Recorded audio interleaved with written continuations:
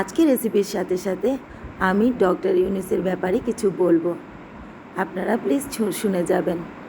তো জীবনসঙ্গী ডক্টর ইউনূস স্যারের মতন হওয়া উচিত। উনি এক সাক্ষাৎকারে বলেছেন যে তার বউ তাকে ছাড়া আর কাউকে চিনে না। তার খাওয়া থেকে শুরু করে তার যাবতীয় সব কাজ উনি করে দেন।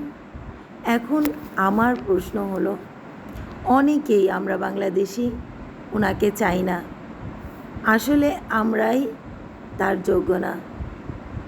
আর নবী করিম বলেছেন সেই পুরুষ সবচেয়ে উত্তম যে তার স্ত্রীর কাছে ভালো।